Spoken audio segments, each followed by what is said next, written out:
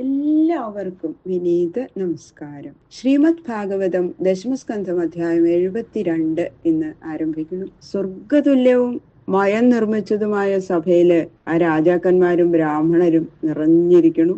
സഭാമധ്യത്തില് അനുജന്മാരോട് കൂടിയ ധർമ്മപുത്രര് ശ്രീകൃഷ്ണ ഭഗവാന്റെ അടുത്ത് അങ്ങനെ ശോഭിച്ചുകൊണ്ടിരിക്കുന്നു. മഹാരാജാവായിട്ടുള്ള ധർമ്മപുത്രര് ഭഗവാനെ വന്ദിച്ച് പറഞ്ഞു, ഹേ ഗോവിന്ദ, രാജസൂയ യജ്ഞത്താൽ നിന്തിരുവടിയുടെ വിഭൂതികളെ എല്ലാം യജിച്ച് ആ പുണ്യം നേടുവാൻ അടിയൻ ആഗ്രഹിക്കുന്നു. അവിടുത്തെ തൃപ്പാദത്തെ ആശ്രയിച്ചവനും അല്പനുമായ അടിയൻ ഈ മഹായജ്ഞം നിർവഹിച്ചാൽ നിന്തിരുവടിയുടെ സേവാമാഹാത്മ്യമാണ് അതിൽ നിന്നും ലോകം അറിയുക. അവിടുത്തെ സേവിക്കുന്നവർക്കുള്ള ഉത്കർഷവും സേവിക്കാത്തവർക്കുള്ള അപകർഷവും ലോകം കാണട്ടെ. അപ്പോ എല്ലാവരും നിന്തിരുവടിയെ സേവിച്ച് ഭക്തന്മാരായി തീരും.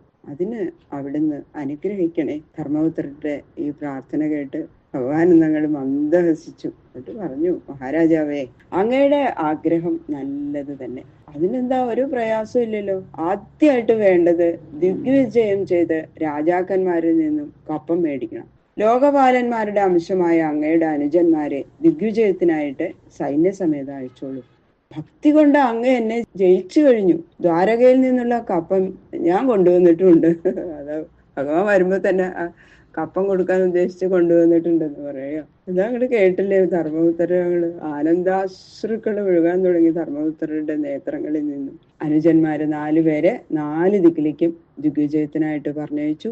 രാജാക്കന്മാരെ എല്ലാം ജയിച്ച് അവര് കപ്പം മേടിച്ചു. എങ്കിലും മഗധ രാജാവായിട്ടുള്ള ജരാസന്ധൻ കപ്പം കൊടുക്കാതെ എതിരായിട്ട് നിന്നു. ഈ വിവരം അറിഞ്ഞ ധർമ്മപുത്രർ പരിഭ്രമിച്ചു. പരിഭ്രമായി എന്താ ചെയ്യാം? അപ്പൊ ഭഗവാൻ അദ്ദേഹത്തെ ആശ്വസിപ്പിച്ചു. ഭീമാർജുനന്മാരോടുകൂടി ഭഗവാൻ മഗധയിലെത്തി. 3 പേരും ബ്രാഹ്മണ വേഷത്തില് ജരാസന്ധന്റെ മുമ്പിൽ ചെന്നു. ബ്രാഹ്മണ ഭക്തനായ ജരാസന്ധൻ നിങ്ങൾ ആരാണെന്നും വന്ന കാര്യം എന്താണെന്നും എന്തു തന്നെ ആയാലും സാധിപ്പിച്ചു തരാം എന്നും ഔദാര്യപൂർവം പറഞ്ഞു. ബ്രാഹ്മണരല്ലേ, ബ്രാഹ്മണർക്ക് എന്തും കൊടുക്കും, അങ്ങനെയാണ് ജരാസന്ധൻ. അതുകൊണ്ട് തന്നെ ബ്രാഹ്മണ വേഷത്തിൽ പോയതും. അപ്പോ ഭഗവാൻ ജരാസന്ധനോട് പറഞ്ഞു, ഞങ്ങള് ക്ഷത്രിയ രാജാക്കന്മാരാണ്. ഈ 2 പേര് കുന്തിപുത്രന്മാരായ ഭീമാർജുനന്മാരാണ്. അങ്ങയുടെ ശത്രുവായ കൃഷ്ണനാണ് ഞാൻ. 3 പേരിൽ ഒരാളോട് അങ്ങ് ദ്വന്ദ്വയുദ്ധത്തിന് ഒരുങ്ങണം. ഇതാണ് ഞങ്ങളുടെ ആവശ്യം. ഇത് കേട്ട് ജരാസന്ധൻ പരിഹാസമായിട്ട് ചിരിച്ചുകൊണ്ട് പറഞ്ഞു, ഭീരുവായ അങ്ങയോടും തോറ്റോടിപ്പോയതല്ലേ എന്റെ അടുത്തുനിന്ന്, അപ്പൊ അങ്ങയോട് യുദ്ധത്തിന് ഞാനില്ല, ദ്വന്ദ്വയുദ്ധത്തിന്. പിന്നെ ഈ അർജുനൻ, ഇയാൾക്കെന്താ പ്രായം തികഞ്ഞിട്ടില്ല, അതുകൊണ്ട് അയാളോടൊന്നും ഞാൻ യുദ്ധം ചെയ്യില്ല. എന്നോട് തുല്യ ബലമുള്ള ഭീമനോട് ഞാൻ ഗദായുദ്ധത്തിന് തയ്യാറാണ്. ഇങ്ങനെ പറഞ്ഞ് ഭീമ ജരാസന്ധന്മാര് യുദ്ധഭൂമിയിലിറങ്ങി. കൃഷ്ണാർജുനന്മാർ കാഴ്ചക്കാരായിട്ട് നിന്നു. 28ാമത്തെ ദിവസം ഭീമസേനൻ തളരുന്നതായി ഭഗവാൻ മനസ്സിലാക്കി. ഭീമസേനൻ കാണുക ഭഗവാൻ ഒരു മരച്ചില്ലയെടുത്ത് നടുവിൽ കൂടി കീറി കടതല മാറ്റി നിലത്തിട്ടു. ബുദ്ധിമാനായിട്ടുള്ള ഭീമൻ ഇത് കണ്ട് കാര്യം മനസ്സിലാക്കി ജരാസന്ധനെ കാലിൽ പിടിച്ചിട്ട് മറിച്ചിട്ടു. ഒരു കാലിൽ ചവിട്ടി പിടിച്ച് മറ്റേ കാല് പിടിച്ച് വലിച്ചു ചീന്തി. ആന പന ചീന്തുന്നത് പോലെ ജരാസന്ധനെ നിഗ്രഹിച്ച ഭീമനെ കൃഷ്ണാർജുനന്മാർ മാറോട് ചേർത്ത് ആലിംഗനം ചെയ്തു.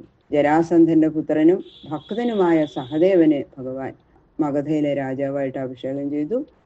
പിന്നീട് ആ ജയിലിൽ കിടക്കുന്ന എല്ലാ രാജാക്കന്മാരെയും മോചിപ്പിക്കുകയും ചെയ്തു. ഇതാണ് 72ാമത്തെ അധ്യായത്തില് വർണ്ണിച്ചിരിക്കുന്നത്. അഥ ശ്രീമൽ ഭാഗവത ദശമസ്കന്ധ ദ്വിസപ്തതിതമോധ്യായ. ശുക്ലാംബരധരം വിഷ്ണും ശശിവർണം ചതുർഭുജം പ്രസന്നവദനം ധ്യായേൻ സർവവിഘ്നോപശാന്തയേ. ഗുരവേ സർവലോകാനാം ഭിഷജേ ഭവരോഗിണാം നിധയേ സർവവിദ്യാനാം ദക്ഷിണാമൂർത്തയേ നമഃ. നാരായണം നമസ്കൃത്യ നരം ചൈവ നരോത്തമം ദേവീം സരസ്വതീം വ്യാസം തതോ ജയമുദീരയേൽ. മൂകം കരോതി വാചാലം പങ്കും ലംഘയത്തെ ഗിരിം യത്കൃപാതമഹം വന്ദേ പരമാനന്ദമാധവം. പീതാംബരം കരവിരാജിത ശംഖചക്ര കൗമോദഗീ സരസിജം കരുണാസമുദ്രം രാധാസഹായം അതിസുന്ദരമന്ദഹാസം പാതാലയേശമനിശം ഹൃദി ഭാവയാമി. ശ്രീ ഗുരുവായൂരപ്പ ശരണം. കഥാമയം ഭാഗവതാഭിധാനാം ഹരേ തനും തേ ചരിതൈ ത്വദീയൈ യഥാമതി ത്വൽപരിതോഷകാമസ്തൗമി പ്രസീദ അച്യുത മാരുതേശ. ഗംഗണപതയേ നമഃ. സംസരസ്വത്യൈ നമഃ. ഓം ഗുരുഭ്യോ നമഃ. ഓം നമോ ഭഗവതേ വാസുദേവായ. ഓം നമോ ഭഗവതേ വാസുദേവായ. ഓം നമോ ഭഗവതേ വാസുദേവായ. ശ്രീശുക ഉവാച. ഏകദാ തു സഭാമധ്യേ ആസ്ഥിതോ മുനിഭിർവൃത ബ്രാഹ്മണൈ ക്ഷത്രിയൈർവൈശ്യൈ ഭ്രാതൃഭിശ്ച യുധിഷ്ഠിര ആചാര്യൈ കുലവൃദ്ധൈശ്ച ജ്ഞാതിസംബന്ധി ബാന്ധവൈ ശൃണ്വതാമേവ ചൈതേഷാം ആഭാഷ്യേതമുവാചഃ. ഒരു ദിവസം ധർമ്മപുത്രര് ബ്രാഹ്മണരും ക്ഷത്രിയരും വൈശ്യരും മുനികളും സഹോദരന്മാരും ആചാര്യന്മാരും കുലവൃദ്ധന്മാരും ജ്ഞാതി സംബന്ധി ബാന്ധവന്മാരും നിറഞ്ഞിരിക്കുന്ന ആ സഭാമധ്യത്തില് അങ്ങനെ സിംഹാസനത്തിൽ ഇരിക്കുകയാണ്. അപ്പൊ ഭഗവാനോടുകൂടെ പറഞ്ഞു, ഹേ കൃഷ്ണ ഭക്തവത്സല, ഇങ്ങനെ സംബോധന ചെയ്തു ഭഗവാനെ. എന്നിട്ട് പറയാം, അവിടുന്ന് ഭഗവാനായ കൃഷ്ണൻ ഏതൊന്നിനെ സാധിപ്പിക്കുമോ അത് അന്യൻ ഒരാൾക്ക് സാധിപ്പിക്കാൻ കഴിയില്ല. അതുകൊണ്ടാണ് ഭഗവാനോട് തന്നെ പറയണത്. വേറെ എത്രയോ പേര് ആ സദസ്സിലിരിക്കുന്നുണ്ടെങ്കിലും ഭഗവാനോട് എന്താ അതുകൊണ്ടാണ് ഭഗവാനോ മാത്രമേ ഇത് സാധിപ്പിക്കാൻ സാധിക്കുള്ളൂ. അതുകൊണ്ടാണ് ഭഗവാനോട് പറഞ്ഞത് എന്ന് സാരം. യുധിഷ്ഠിര ഉവാച. ക്രതുരാജേന ഗോവിന്ദ രാജസൂയേന പാവനീ യക്ഷേ വിഭൂതിർഭവത തൽസമ്പാദയന പ്രഭോ.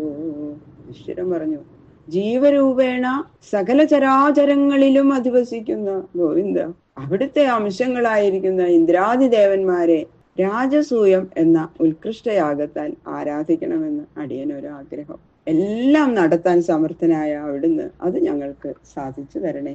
ത്വൽപാദുകേ അവിരതം ചരന്തി ധ്യായന്ദ്ര അഭദ്രനശനേ ശുചയോ ഗൃണന്തി ബിന്ദന്തി തേ കമലനാഭ ഭവാപവർഗമാശാസതേദിത ആശിഷ ഈശനാന്യേ.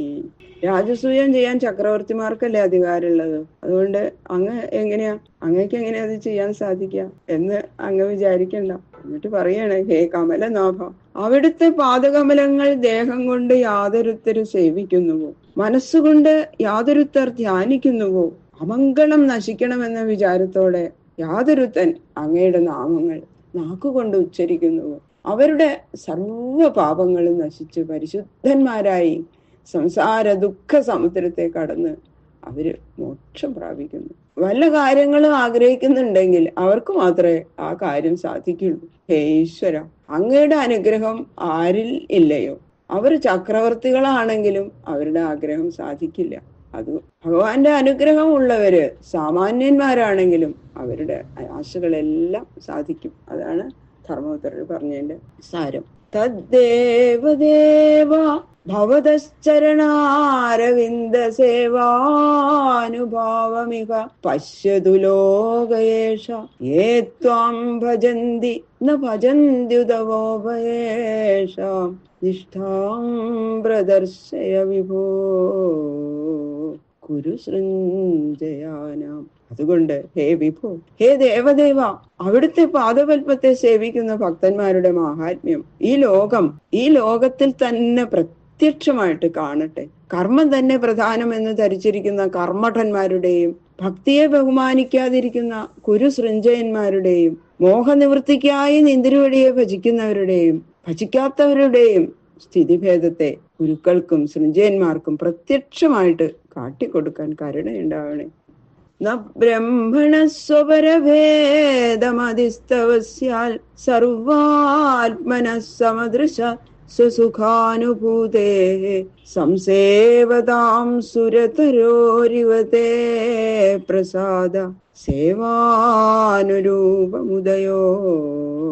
ന വിപര്യോത്ര. യാതൊരു ഉപാധിയോടും സംബന്ധപ്പെടാതെ എല്ലാറ്റിലും അന്തര്യാമി രൂപേണ എങ്ങും ഒരുപോലെ പ്രകാശിക്കുന്ന നിന്തിരുവടി എല്ലാവരെയും ഒരുപോലെ കാണുന്നതല്ലാതെ ഞാൻ, നീ, എന്റേത്, നിന്റേത് എന്നിങ്ങനെ ജീവന്മാർക്കുള്ള സ്വപരഭേദ ബുദ്ധി അവിടുത്തേക്കില്ല. എങ്കിലും അങ്ങയെ ആരെ ഏതുവിധം സേവിക്കുന്നുവോ അവിടുന്ന് അവരുടെ നേരെ ആ വിധം പ്രസാദിക്കുന്നു. കൽപ്പകവൃക്ഷത്തിന് ആരിലും വിശേഷ സ്നേഹവും വെറുപ്പുമില്ല എങ്കിലും പ്രാർത്ഥനാരൂപമായ ഫലം പ്രാർത്ഥിക്കുന്നവർക്ക് നൽകുന്നത് പോലെ ഭക്തന്മാരെ കുറിച്ച് നിന്തിരുവടിയും പ്രസാദിക്കുന്നത് അവിടുത്തെ സ്വഭാവമാകുന്നു. ഇതില് വൈഷമ്യമൊന്നും ഇല്ല. സൂര്യൻ എല്ലാവരിലും ഒരുപോലെ പ്രകാശിക്കുന്നു എങ്കിലും കണ്ണുള്ളവൻ പ്രകാശത്തെ അറിഞ്ഞ് ആനന്ദിക്കുന്നു, കണ്ണില്ലാത്തവനോ അറിയാതെ ഒരിടത്ത് ഇരിക്കുകയും ചെയ്യണം. അതുകൊണ്ട് സൂര്യന് യാതൊരു പക്ഷഭേദവും ഉണ്ടെന്ന് വരില്ലല്ലോ.